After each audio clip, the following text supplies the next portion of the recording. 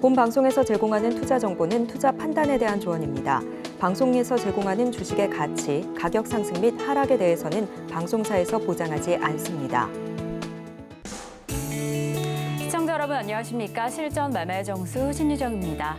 올 한 해 동안 정말 다양했던 글로벌 이슈들 때문에 우리 증시까지 다소 좀 힘든 시간 보내셨을 것 같습니다. 그리고 특히나 연말까지도 빅 이벤트들을 소화하면서 다소 얼어붙었던 투심이었던 상황이었는데요. 이 내년 2023년에는 어떻게 흘러가게 될까요? 저희는요, 2023년에도 어떤 투자 전략 가져가셔야 할지, 어떤 업종에 조금 더 집중하셔야 할지 끝까지 함께하겠습니다. 저희 그럼 오늘은요, 우리 2022년 증시에 대한 이야기, 그리고 내년 증시까지도 함께 이야기 나눠보겠습니다. 그럼 이정수 파트너님과 함께 오늘 방송 출발해 보겠습니다. 네, 안녕하세요. 실전 매매 정수 이정수 파트너입니다. 자, 오늘은 강의를 어떤 거를 준비를 했는지 일단 먼저 서론부터 말씀을 드리자면 오늘은 27일 날입니다. 근데 이 강의는 30일 날 나갈 거예요. 그러니까 이틀 뒤에 장이 마무리가 된 후에 3일 뒤네요. 그렇죠? 27일이니까 3일 뒤에 이제 연말장, 연초장에 대해서 일단 어떤 저는 생각을 가지고 있고 그다음에 어떤 전략으로 마무리를 하고 내년장을 대비를 해야 될지 그 부분을 어느 정도 방송에서도 얘기를 했지만 다시 한 번 더 차트와 그다음에 강의를 좀 준비를 해서 내년장은 좀 더 여러분들이 좀 수월하게 일단은 잘 대응하시기를 바라는 마음으로 오늘 한번 강의를 1시간 동안 해보도록 하겠습니다. 자, 그래서 제목도 연말장, 연초장 전략인데요. 자, 일단 먼저 내용부터 간략하게 거의 내용은 제가 말로 그다음에 차트로 풀어낼 겁니다. 자, 일단 연말, 연초장 여태까지 제가 전문가를 2006년도서부터 독일 월드컵 끝나고서부터 해서 전문가를 이제 이쪽 바닥을 일을 하기 시작하면서 지금 벌써 내년이 되면 이제 17년 차가 됩니다. 그러니까 여태까지 그 주식시장의 상황들을 회원들을 이끌면서 리딩을 하면서 장이 좋든 안 좋든 계속 봐야 됐어요. 장이 안 좋다고 여러분들은 주식시장을 떠나거나 HTS를 끄거나 보기 싫으니까 장이 하락장에서는 그랬지만 저는 어쩔 수 없이 봐야 됐었던, 왜냐면은 이게 직업이었기 때문에, 전문가라는 게 이게 직업이어서 계속 저는 봤기 때문에 그때 상황마다 어떤 고통과 어떤 힘듦이 있었는지를 제가 압니다. 그래서 2006년도서부터 그때 이제 2007년도 상승장이 오고 2008년도 서브프라임과 함께 급락이 오고 그러면서 긴 박스건이 오면서 연말장 연초정에서 어땠을까? 제가 그래서 주봉으로 쭉 살펴봤거든요. 봤더니 17년 동안 연말장 연초정에서 이게 정확한 건 아닌데 이따가 주봉으로 차트를 한번 딱 하나씩 짚어보겠지만 상승했던 때보다는 눌러놓고 올라갔던 적이 많습니다. 그래서 연초부터 브레이크를 이번에도 걸고 움직일 가능성이 높지 않을까. 이거는 확정이 아니에요. 확정이 아니고 여태까지 데이터가 그랬다라는 건데, 자, 그럼 차트를 봐서, 자, 코스피입니다. 이거를 일봉으로 길게 늘려놓고 봐도 되긴 되는데 이렇게 보면은 2006년도부터 보면은 이게 차트가 잘 안 보이죠, 일봉에서. 그래서 주봉으로 돌려놓고 보겠습니다. 주봉으로 돌려놓으면은 그래도 조금 더 수월하게 그때 당시의 상황들을 우리가 볼 수 있으니까. 그러니까 주봉이기 때문에 캔들 하나가 일주일이에요. 그럼 캔들 3개면 4개면 한 달이죠. 그렇죠? 캔들 4개면 한 달에 폭이 나오는 거고. 그래서 2006년도 코스피 주봉. 그래서 요때서부터의 이제 저의 기억은 2005년으로 찍혔는데 뭐 뒤에서부터 볼게요. 여기 2006년도. 자, 올라가는 거는 제가 빨간색으로 표시하고 빠지는 거는 제가 파란색으로 표시하겠습니다. 근데 이거를 정확하게 이게 하락이다 상승이다 그거는 정확하게 찝기는 어렵지만, 예를 들어서 2009년도 같은 경우는 이거를 결과적으로는 상승을 했지만 이게 연초장에서는 이게 빠졌기 때문에 굉장히 힘들었어요. 그러니까 눌러놓고 이게 고점에서 이렇게 떨어지게 되면은 종목들이 꽤 많이 빠집니다. 그러니까 1월 초장서부터 이렇게 흔들어 놓으면 종목들이 20%가 확 떨어져요. 그러니까 밟아놓고 움직인 거죠. 그러니까 결과적으로 상승을 했지만 뭐 이런 뜻이고, 2017년도 장 같은 경우도 제가 그때 당시 이제 서울경제TV에서 계약이 2년이 만료가 되고 2016년도 10월 달에 이제 타방송으로 갑니다. 근데 그때 분위기가 어땠냐면 굉장히 안 좋았어요. 그때 유럽 신용위기라든지 그리고 이때 2016년도 이때가 이제 그 박근혜 대통령 탄핵 이슈가 막 불거지면서 안 그래도 장이 빠지고 안 좋았는데 그것 때문에 더 폭락하지 않을까 걱정이 많았었던. 그리고 이때 당시 종목들이 하도 안 움직여가지고 모든 전문가들과 모든 방송사들이 지금보다 더 난리가 났었던. 너무 안 좋아서 시장이. 그랬었던 시장이 여기란 말이에요. 저는 그 기억을 똑똑히 하고 있습니다. 2016년도 장. 근데 그렇게 장이 안 좋았는데 2017년도에 상승장이 찾아왔어요. 근데 보면은 아니 별로 빠진 것 같지는 않은데 그렇죠? 봐서는 여기 2017년도 장 별로 빠진 것 같지는 않은데 여기는 올라간 걸로 치죠. 여기는 올라간 걸 치는데 근데 여기 앞에 여기 연말장 여기서 떨어졌을 때 굉장히 힘들었다는 얘기입니다. 근데 요 얘기를 하면서 웃긴 게 제 기억에는 이때 시장이 이때도 금리 인상한다고 내일이 시장을 맨날 괴롭히고 떨어뜨렸던 그러니까 박스핀데 종목들은 굉장히 안 좋았던 그런 장이었거든요. 근데 여러분들이 올해 1년 동안 그 참았던 이 시장이 자 주봉으로 비교를 해보면 이때가 정말 죽을 만큼 힘들었던 장이었는데 이걸 한번 봐보세요. 그러니까 여러분들이 지금 뭐를 버틴 건지 아시겠죠? 이것과 이거의 차이입니다. 그러니까 어마어마한 장을 지금 여러분들이 견딘 거예요. 그러니까 이게 고통이 100이라 되면 이거 고통이 한 1000, 2000? 고통의 강도가 100이었는데 여기는 2000, 3000? 그러니까 이 어마어마한 고통을 여러분들이 참아낸 겁니다. 근데 웃긴 게 이때는 그렇게 종목들이 안 움직이고 재미가 없었고 그렇게 힘들었던 장이었지만 여기는 그래도 생각보다 저는 재밌었던 장이에요. 왜냐하면 제가 분명히 이게 그러니까 오히려 박스권이 힘들고요. 이렇게 아예 변동성이 없으면은 답답해요. 이게 하락을 할 건지 상승을 할 건지. 근데 이런 식으로 한 번에 방향을 줘주면 깨질 때에서는 단순하거든요. 자, 봐봐요. 여기 저점과 저점을 그으면 이렇게 쭉 그으면 여기 깨지죠? 그럼 여기서부터 비상신호입니다. 여기가 어디냐면은 지수로 보면은 이 3,200짜리 깨질 때. 그러면 이제 조정으로 가겠다는 얘기거든요. 저도 여기서 깨질 때에서 그래. 많이 올라갔으니까 조정받으면 다시 가면 되지. 그게 여기였었어요, 여기. 요까지는 괜찮았어요. 여기까지. 근데 제가 1월 17일서부터가 1월 17일 이제 요쯤인데 요 날이네요. 여기를 깨면 안 되거든요. 요 자리를. 요 자리를 깨면서부터 해서 이거는 조정이 아니고 이제는 하락장으로 들어갈 수도 있겠다. 그래서 하락장이 된다라고 몇 가지 분석을 하고 하락장을 예상을 하고 어쨌든 여기서부터 현금화 대응. 그리고 쿵 하고 빠진 이후에서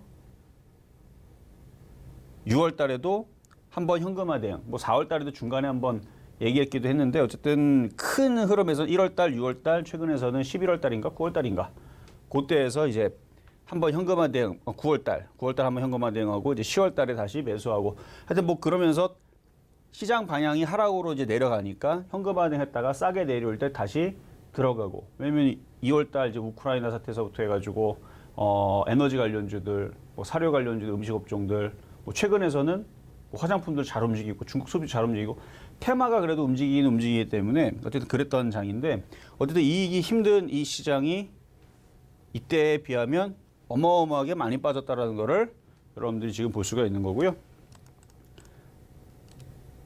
자, 그리고 아까 집어놨었던 그래서 2006년도서부터 해서 연말장 연초장이 그동안 역사가 어땠었는지 우리 한번 체크를 한번 해볼게요. 제가 2006년도 말에서는 요거는 좀 밟아 놓은 겁니다. 이거는 올라갔다고 보는 건 아니에요. 그 이후에서 올라간 거예요. 정확하게 올라간 거는 3월 달서부터 간 거예요.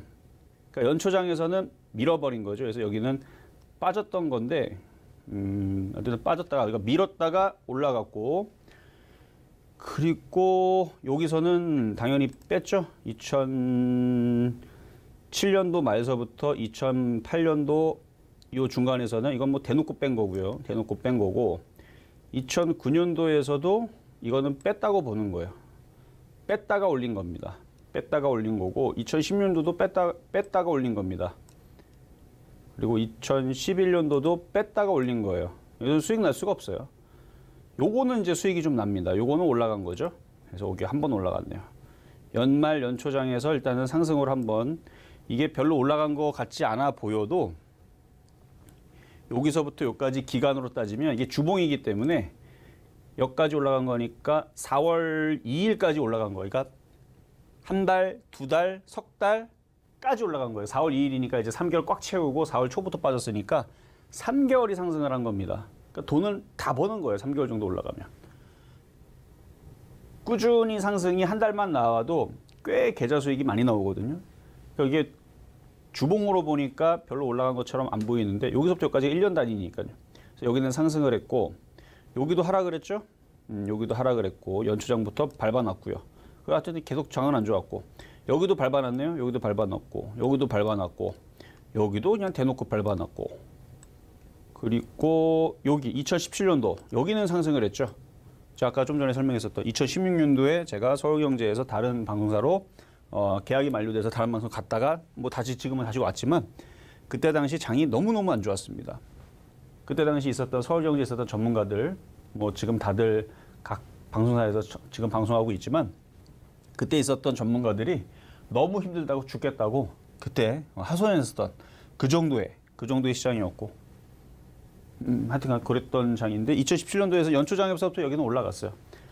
그때 갑자기 올라갔죠. 4차 산업혁명 얘기 나오면서 갑자기 움직였던 장이고 이것도 올라가는 걸로 치겠습니다. 일단 연초장부터 올라갔는데 결국은 박살을 냈지만 어쨌든 연초장부터는 좀 애매해요. 왜냐면 연말장에서 눌러놨다 올린 거거든요. 뺐다가 올라갔는데 그냥 올라간 걸로 한번 칩시다.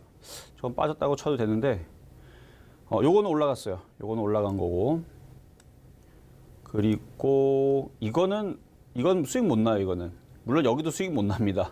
여기도 수익 못 나는데 이것도 그냥 파란색으로 합시다.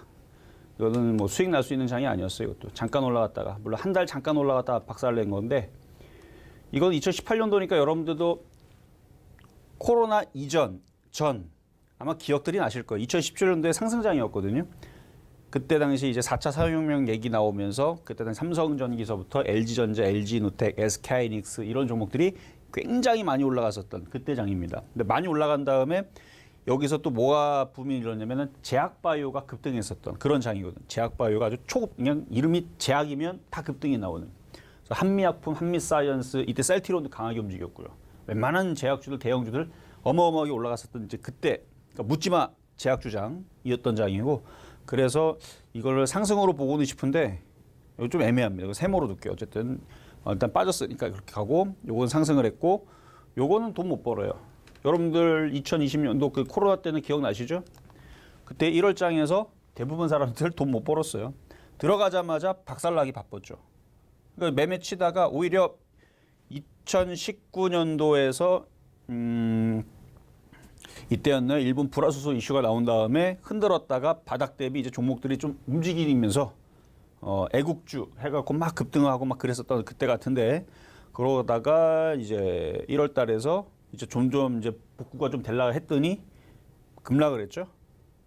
물론 저는 요때에서 빠지기 직전에 2월 달, 2월 4일, 2월 7일 오래돼 갖고 기억도 안 나는데 동영상이 다 남겨져 있습니다. 시장 폭락할 거니까 현금화 대응 최소 50% 해라. 할 수 있으면 더 많이 해라. 왜? 폭락할 거기 때문에. 그래서 이때 당시 지수가 2000 여기가 고점이 2250 그리고 2100 뭐 2000 이때였는데 떨어지게 되면 제가 처음에서는 1600 떨어진다 그랬어요. 여기서. 그러니까 미친 거죠. 2200짜리에 있는데 빠지면 800포인트 빠지면서 1600 떨어진다고. 아니구나. 2200이면은 600 떨어지면 1400이고 400포인트 떨어진다고. 600이죠. 600포인트 떨어진다고.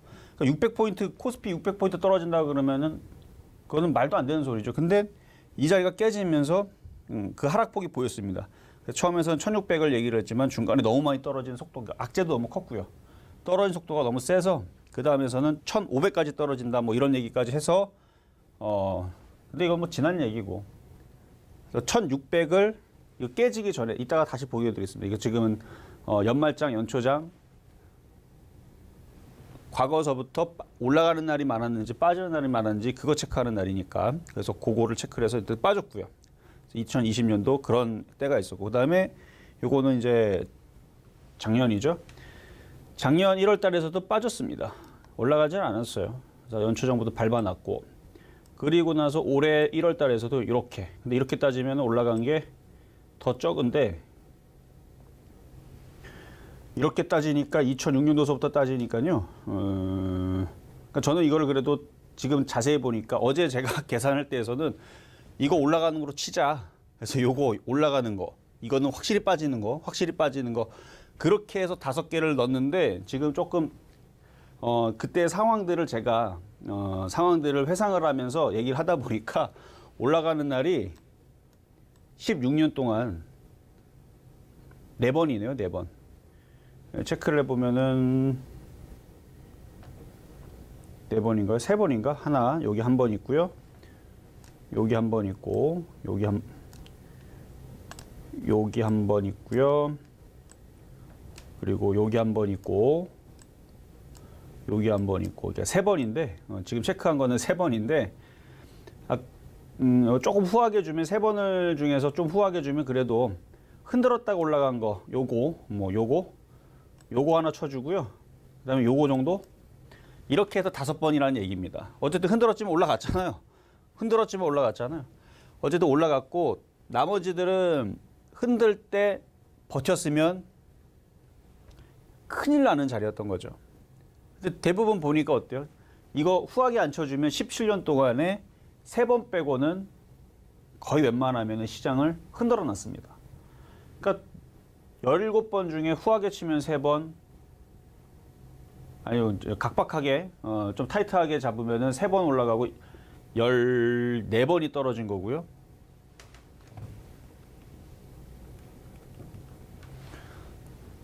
좀 후하게 쳐주면은 5번 상승하고 12번은 하락을 했다는 건데, 그러면 통계적으로 봤을 때에서 그러면 2023년도는 어떻게 될 거냐?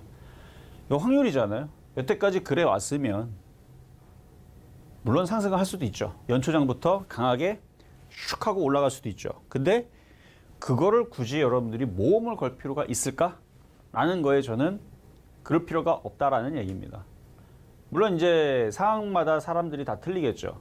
대부분 사람들은 이미 시장이 고점에서 많이 빠졌을 때 대응을 안 했기 때문에 손실이 종목마다 어떤 사람은 50%, 어떤 사람은 60%, 이런 사람들은 어쩔 수 없이 대응을 할 수가 없습니다. 그런 사람들 보고 대응하라는 건 아니고요. 제가 그 공개 방송도 많이 했고요. 그다음에 유튜브 방송이라든지 노란톡방에서도 많이 얘기를 하고, 방송에서도 많이 얘기를 했고, 그래서 실제로 공개 방송에 왔을 때에서 9월달, 10월달까지만 하더라도 수익이 많이 나는 사람들이 많았어요. 근데 이번에 11월달에서 많이들 대응을 안 하고 한 사람들이 손실이 뭐 10%, 20%난 사람들이 있겠지만, 그래도 수익이 아직도 나고 있거나 덜 깨진 사람들이 아직은 많습니다. 공개 방송을 열어보면 대부분의 개인들의 지금은 그 평균 손실률이 그래도 코인보다는 나은데, 주식 지금 대부분의 개인들은 마이너스 한 50% 정도 될 거예요. 계좌 손실이. 그게 평균일 겁니다. 아마 그거보다 심하면 심했지 적지는 않을 거예요. 그래서 개인들이 대부분 올해 초서부터 지금까지 반토막 이상이 깨져 있는 상황인데, 그거를 뭐라 할 수는 없고요. 왜냐면 그게 평균이기 때문에. 그래도 제 방송을 열심히 본 사람들은 아마 지금도 여러분들 방송을 보면서 대신에 열심히 봐야 됩니다. 뭐 중간에서 보다 말다 그런 사람들 말고 열심히 본 사람들 기준으로 제가 시장 크게 떨어질 때마다 현금화대응 정확하게 다들 해드렸거든요. 그래서 남들보다는 좀 덜 깨지게. 그래서 어떨 때에서는 바닥을 찍고 올라갈 때에서는 수익 날 때도 있을 거고 손실 날 때도 있을 거고, 더하기 빼기 해보면 잘한 사람들이야 수익이 났겠지만 손실이 나도 20%뭐 이내에서 방어가 됐을 거란 얘기입니다. 그리고 장만 돌았으면 어차피 종목은 많이 빠졌기 때문에 또 다시 많이 올라가겠죠. 그래서 저는 일단 그동안에서 여러분들이 잘 대응해서 손실이 20%도 안 됐다. 어떤 사람들은 10%도 안 깨졌다. 어떤 사람들은 지금 수익으로 나 있다 하는 사람들은 급할 게 없다는 얘기입니다. 그래서 연초장서부터 브레이크 걸고 올라가는 경우가 여태까지 흔했기 때문에, 다시 차트로 넘어가서 손실이 그렇게 크지 않다면 제 방송을 보면서 잘 대응을 해서 손실이 뭐 20% 안쪽에 있거나 10% 안쪽에 있거나 이런 사람들은 현금화 대응을 했다가, 여기는 주봉입니다. 주봉인데 현금화 대응을 했다가 시장 상황을 보고 미국 시장을 보고 가는 게 좋겠다라는 거죠. 그래서 오늘 배당 날이었는데요. 배당 받는 날이었는데 오늘 배당일 날 제가 어제 시장을 좀 미리 얘기를 했었죠. 대체적으로 상승하는 날이 많다. 그래서 오늘 수급을 보니까 기관하고 금융투자가 많이 샀더라고요.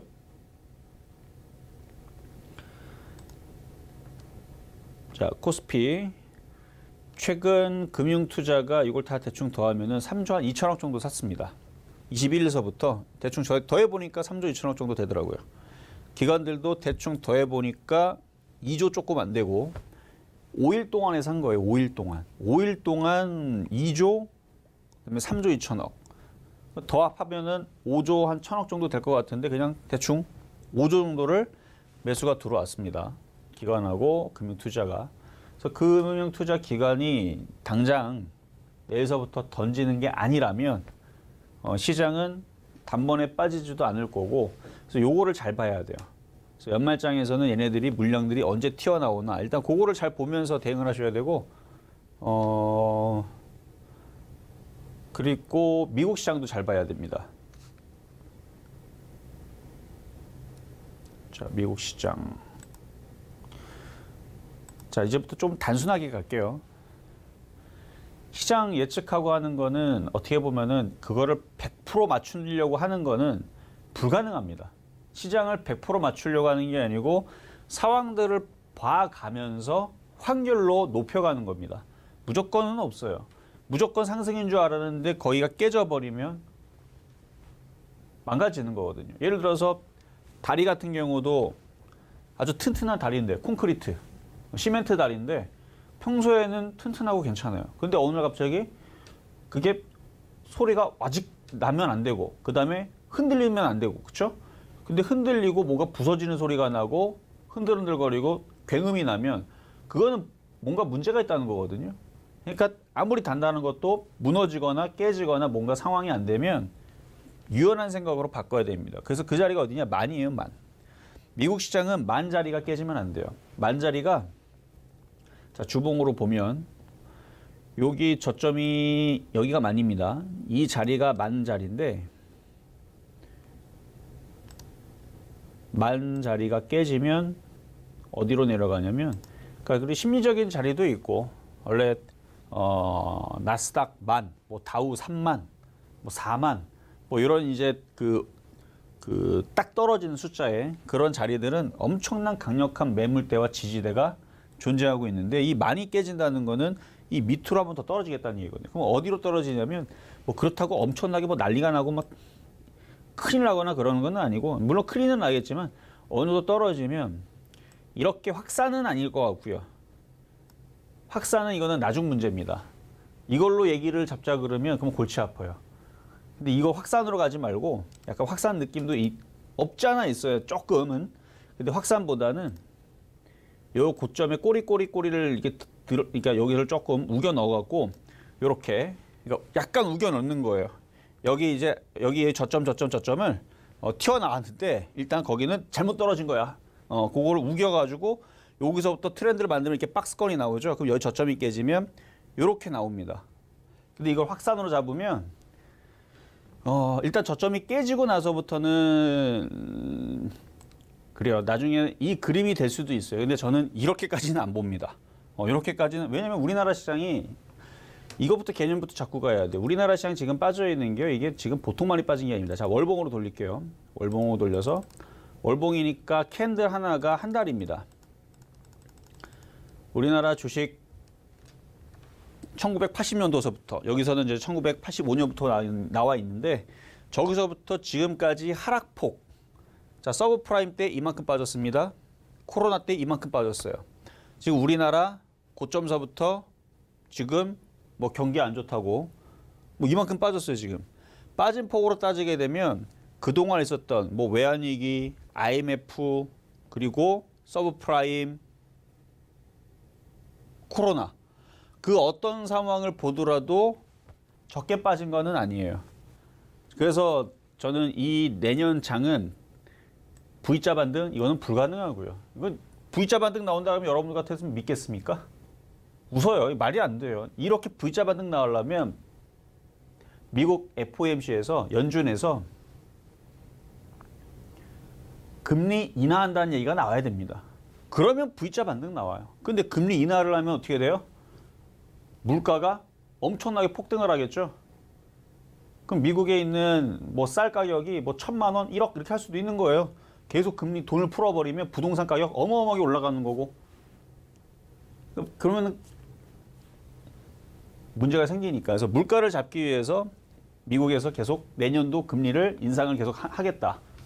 속도를 조절을 하겠다라는 얘기 나왔지만 언제까지 올릴지는 모르겠지만 어쨌든 물가 잡힐 때까지 0.2든 0.25든 0.5든 아니면 세게 0.75든 내년에서도 계속 올리겠다라는 지금 그런 흐름들을 보이고 있기 때문에 시장이 V자 급반등은 어려울 것 같고요. 그래도 박스권 이런 식의 그래서 과거에 그런 흐름들이 어디 있었냐면 2001년도에 있었습니다. 2001년도에 지금 요거는 주봉으로 가서 봐야 돼요. 주봉으로 가서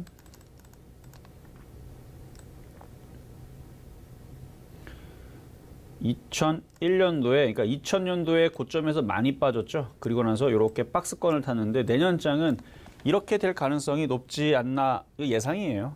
왜냐면 첫 번째 이유가 우리나라는 이미 역사적으로 보더라도 1985년도 차트서부터 해서 그러니까 80년대 초반서부터 해서 지금까지 차트를 보더라도 이미 충분히 많이 빠졌다. 여기서부터 더 많이 빠져봤자 이미 벌써 개인 투자자들은 벌써 반토막에서 60% 70% 깨진 종목들도 지금 많이 나왔는데 카카오 잡주 아니잖아요. 네이버 카카오서부터 해서 반도체 장비주들 이미 고점 대비 70% 빠진 애들 많습니다. 지금 많이 빠져 있는 제약바이오주들도요 고점에서 70% 빠진 애들이 많고요. 아직도 많이 빠져 있는 종목은 많기 때문에 여기서 어디서 빠져요? 그래서 많이 빠져 있는 시장이라 이렇게 그러니까 미국 시장이 많이 깨지지 않으면 우리나라 시장도 한 번 더 이렇게 떨어지면은 오히려 사야죠. 만약에 떨어지면 사면 되는데 저는 아직 떨어진다고 보고 있는 거는 아닙니다. 미국에서 금리 인상을 하질 않으면 상승장이 안 온다고 하는 것 뿐이지. 자.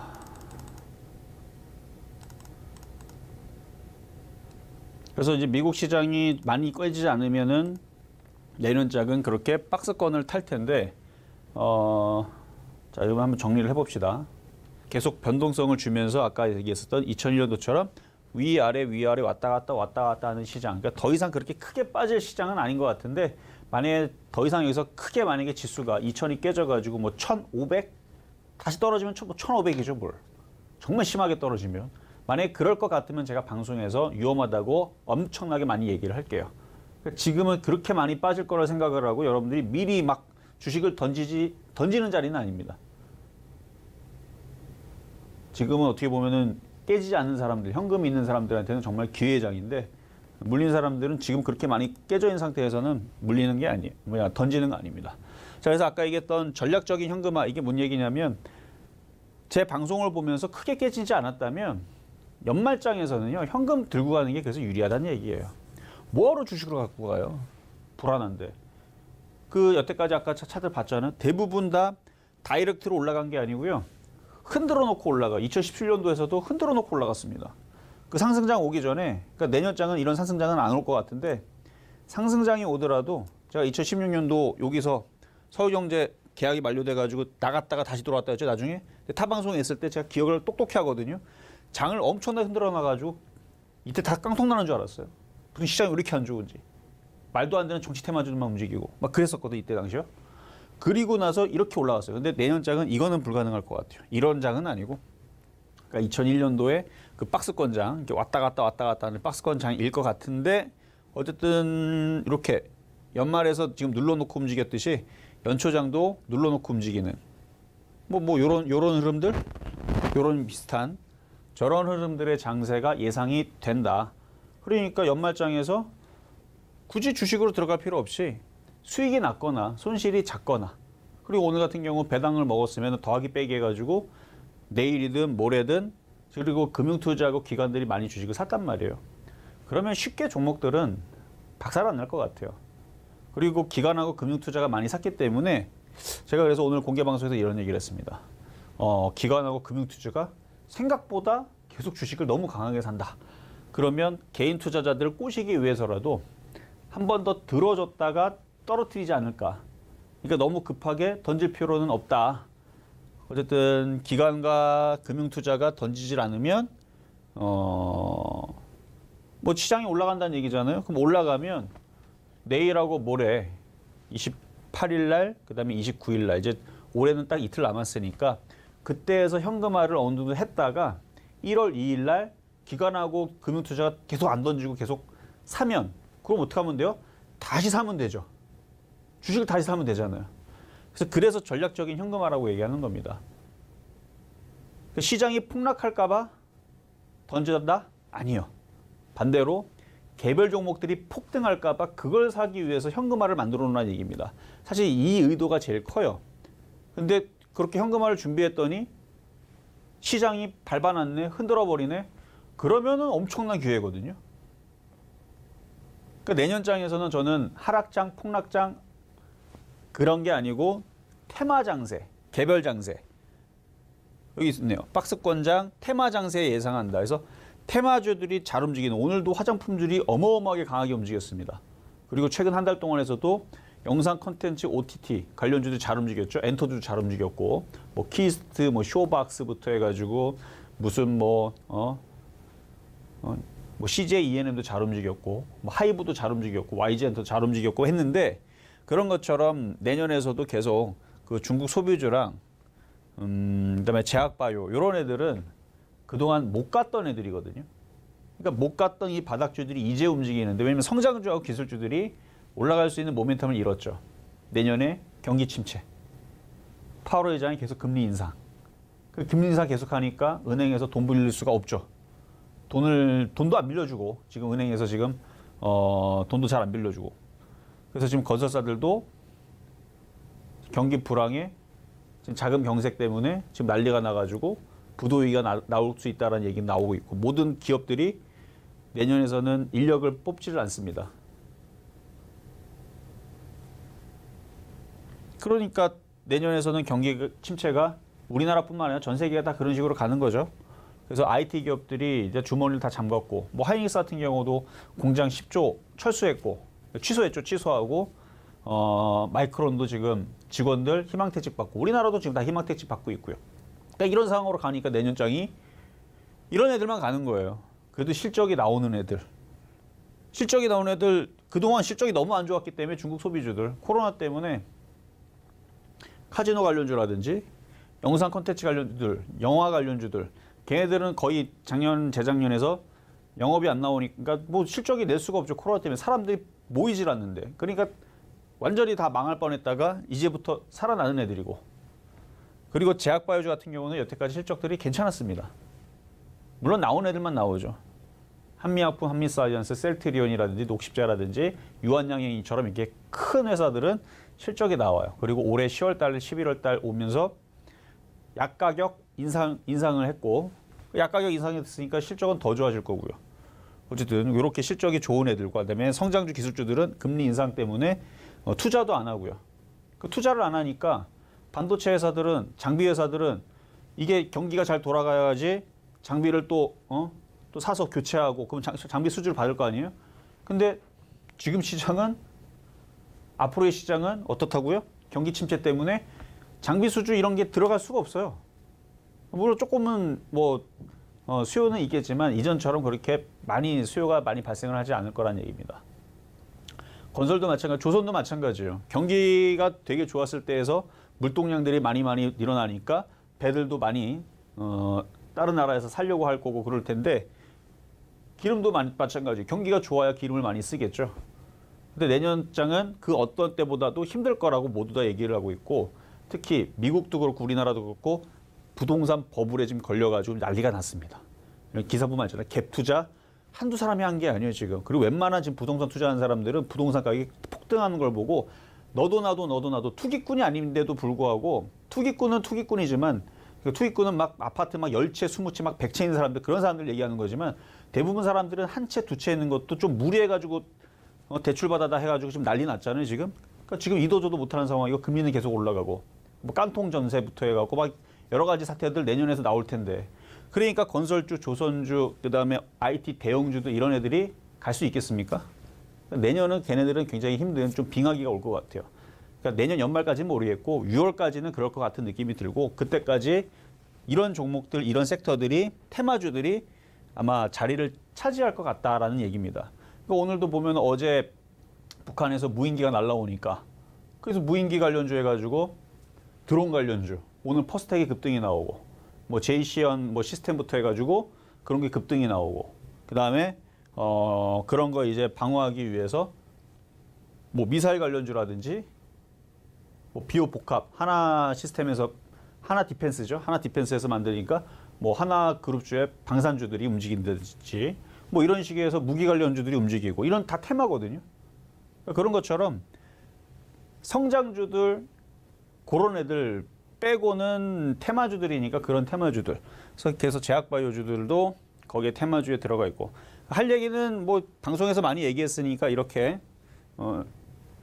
기억하시면 될 것 같아요. 그래서 연초장 급등할지 급락할지 이건 왜 궁금하지 말라면 이거를 맞추려고 하려고 하는 순간 여러분들은 어떻게 할 거예요 이거를. 그래서 연초장 급등하면 주식을 살 겁니까? 지금부터? 그게 확실해요? 자, 연초보다 급락할 거면은 주식을 지금부터 다 던질 겁니까? 확실해요? 이게 연초장 급등할지 급락할지 그걸 궁금하지 말고 현금화를 해놓은 다음에 상황을 보고 들어가라는 얘기예요. 수익이 났어? 아니면 뭐 손실이 작았어? 그러면 챙기고 나서 연초장에 밟아놓고 움직이면 어떻게 하면 돼요? 밟아놓고 움직이면 싸게 사야 될 종목을 사면 되죠. IT 사지 말고요. 중국 소비주 얼마나 좋습니까? 카지노 관련주들, 영상 컨텐츠 관련주들, 화장품이라도 조정받으면 싸게 내려오면 밟아놓는잖아요. 그러면 싸게 사면 되는 거고. 근데 연초장에서 안 빠져. 종목들이 아니야 다 폭등을 하네, 급등을 하네. 근데 걔네들이 삼성전자가 폭등을 하겠어요? 여러분 아닌 거 알잖아요. 뭐 그렇다고 뭐 건설주가 폭등을 하겠어요? 그것도 아닌 것도 알면서. 그러면은 뻔하죠. 테마주들이 급등하면 현금을 갖고 있으면 그 테마주를 들어가면 되잖아요. 근데 왜 못 들어가? 돈이 없으니까 못 들어가는 거지. 딴 데 물려 있거나 현금을 안 했기 때문에. 현금만 있으면 장이 올라가면 그냥 사면 돼요. 그 테마주들을. 그리고 매해 새해 새로운 테마가 항상 태어납니다. 뭐 우크라이나 사태 그렇게 터져가지고 처음에서 올해 초에 그렇게 에너지 관련주들, 비료 관련주들, 사료 관련주들 그렇게 움직일지 알았습니까? 그런 이슈가 나오니까 많이 강하게 움직였잖아요. 그리고 올해 봄 지나고 여름 지나고 태조 이방원 해가지고 잠깐 또 강하게 움직였고 그런 것처럼 항상 테마는 만들어지니까. 자, 그래도 여러분들한테 연말자 연초장에서 제일 만만한 섹터를 말씀을 드리자면 저는 제약주를 말씀드리고 싶습니다. 근데 좋은 거는 중국 소비주예요. 거래량들이 더 좋고요. 하여튼 중국 소비주가 더 좋은데 중국 소비주가 많이 올라갔어요. 예를 들어서 지금 키스트 같은 경우도 꽤 많이 갔습니다. 자, 키스트. 자, 그러니까 이게 이렇게 빠질 때서는 종목 같지도 않았죠. 고점에서 빠질 때 마이너스 73% 빠질 때는 정말 막 고통의 종목이었죠. 고통의 종목. 눈물의 종목. 73% 2년 동안 빠지는데 이걸 어떻게 버텨? 근데 지금 최근 바닥에서 올라간 게 몇 프로 올라갔냐면요. 많이 갔어요. 70%인가, 78%, 79% 많이 올라갔어요. 근데 이런 식으로 올라간 게 엔터주, 영화 관련주 이런 쪽에서 많이 나옵니다. 이것도 많이 갔죠. 뉴도 많이 갔고 CJ EM도 많이 갔고요. 그 외에서도 무슨 위지역 스튜디오부터 해가지고 무슨 스튜디오 이런 웹툰 관련주도 많이 급등을 했고 바닥 대비 대부분 50%, 70% 다 올라갔습니다. 좋아요. 좋고 조정받으면 저도 방송에도 추천을 하고 째려보고 있는 종목인데 너무 많이 올라갔기 때문에 저는 만만하지는 않다. 근데 좋다는 건 말씀을 드릴게요. 좋은데 이쪽 관련주는 좋은데 조정받을 때 사시면 되고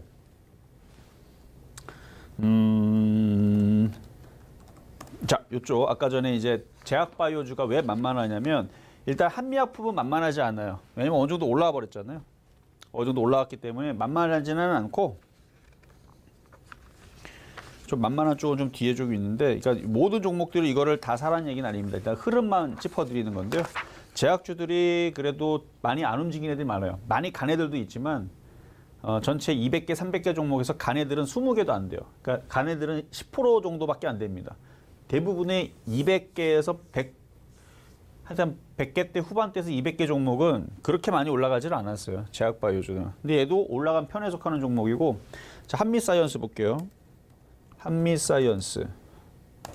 요 종목을 보면 얘는 많이 안 갔어요. 한미약품이 많이 올라갔으면 이런 거 사면 돼요. 이런 거 사면. 근데 많이 안 올라갔다 뿐이지 정말 안 간 건 아니고요. 바닥에서 10몇 프로는 갔어요. 이렇게 보면 20%. 20%는 올라갔어요. 바닥 대비 20%. 하도 많이 빠져가지고 올라간 게 안 보여서 그렇지 차트를 너무 줄여놔가지고 크게 보면은 좀 크게 보이는데 하여튼 20% 올라갔는데 그래도 그 엔터 관련주들 50% 대부분 30%는 다 넘게 갔더라고요. 그래서 그 영상 컨텐츠 OTT 뭐 웹툰 관련주들 걔네들 30% 50% 이렇게 많이 올라간 것보다는 좀 덜 올라간 편이니까 뭐 이런 애들을 잘 보시고 그다음에 셀트리온 형제. 자, 일단 셀트리온은 25조짜리 시가총액 크죠? 올라간 거 없죠? 얼마나 만만합니까? 실적은 좋아요. 오늘도 배당 많이 주고 5% 정도 배당을 줍니다. 4% 주식 배당, 1% 정도는 뭐 현금 배당 정도. 그래서 요런 차트들. 그리고 셀트리온 제약이 있고요. 얘도 최근에 방송에서 추천했던 종목인데 이렇게 보니까 뭐 그 점으로만 보이네요. 많이 빠졌던 종목이라 그래요. 그러니까 이런 식으로 많이 빠져 있어가지고 방송에 추천했던 게 GKR, 파라다이스 이런 애들인데 얼마나 많이 빠져 있느냐면 차트가 비슷비슷해요. GKR, 파라다이스. 자, 이거 GKR 카지노 관련주죠. 제약주 아닙니다. 많이 빠졌죠. 뭐 더 이상 어디 빠질 건데. 여기서 이제 들어줄 일만 남은 거죠. 리오프닝 관련주. 수급은 기관 외국인들이 열심히 담고 있습니다. 개인들은 열심히 던지고 있어요. 그러니까 이런 식의 바닥에 있는 내년에서 실적이 좋을 만한 거. IT 아니다. 건설주 아니다. 어디다? 제약바이오, OTT, 중국 소비주, 리오프닝 관련주들. 리오프닝 관련주 먼저 움직였으니까 부담되니까 조정받을 때 사고 만만한 건 어디다? 셀트리온. 얼마나 만만해요. 실적은 좋아요. 뭐 실적은 열심히 인터넷 찾아봐 나오니까 실적은 내년도 좋고 계속 좋습니다. 자, 셀트리온 제약 아까 받았고 제약 엄청 바닥에 있는 거 봐드렸고 자, 셀트리온 헬스케어 요것도 굉장히 바닥에 있죠. 많이 빠진 거. 이런 애들이 고점 대비 지금 70%이 정도 빠져 있는 종목이란 말이에요. 실적은 좋고 내년에는 합병 이슈도 있고요. 자, 그리고 종근당. 자, 지금 한미약품, 한미사이언스, 셀트리온 3인방, 그다음에 종근당 얘기했는데 얘네들이 다 약국 가면 여러분들이 이름을 모를 수가 없는 굵직한 국내 제약 브랜드의 거의 탑을 달리는 애들이죠. 뭐 유한양행, 종근당, 녹십자 모르는 사람들은 없잖아요. 요즘에 이제 젊은 친구들은 모르겠지만.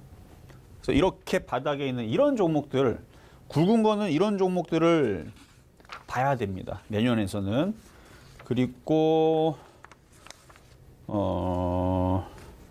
자, 녹십자. 얼마나 바닥이 있어요. 이런 애들을 여러분들이 좋아해야 돼요. 내년에서부터는.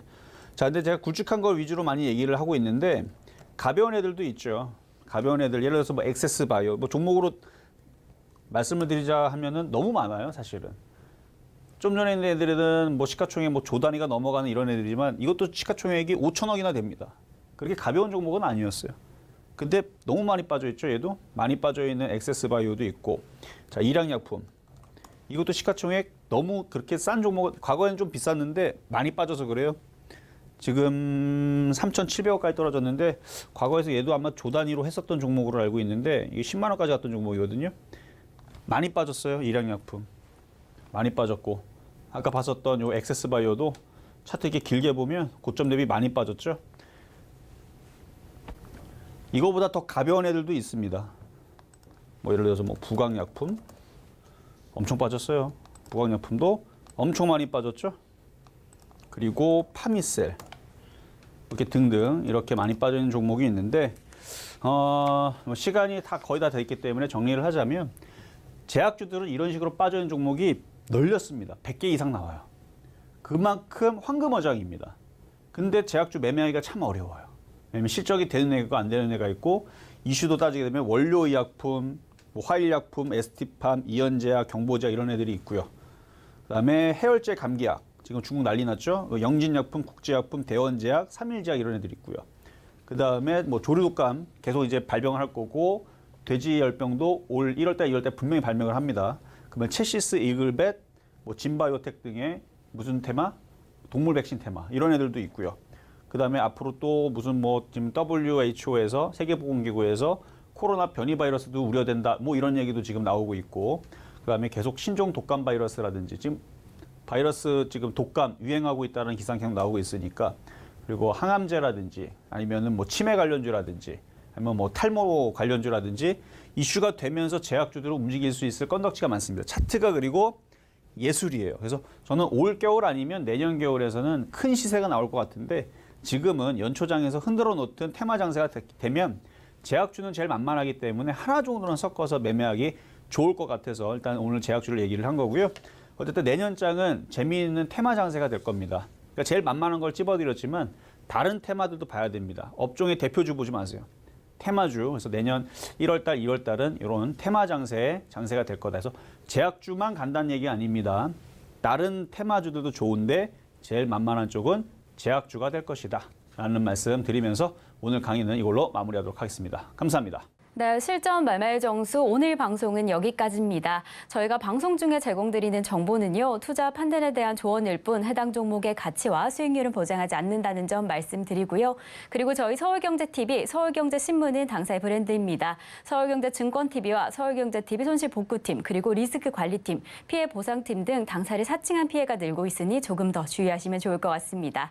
그럼 오늘 하루도 끝까지 서울경제TV와 함께 하시면서 성공 투자하시기 바라겠습니다. 오늘도 시청해주신 여러분 고맙습니다.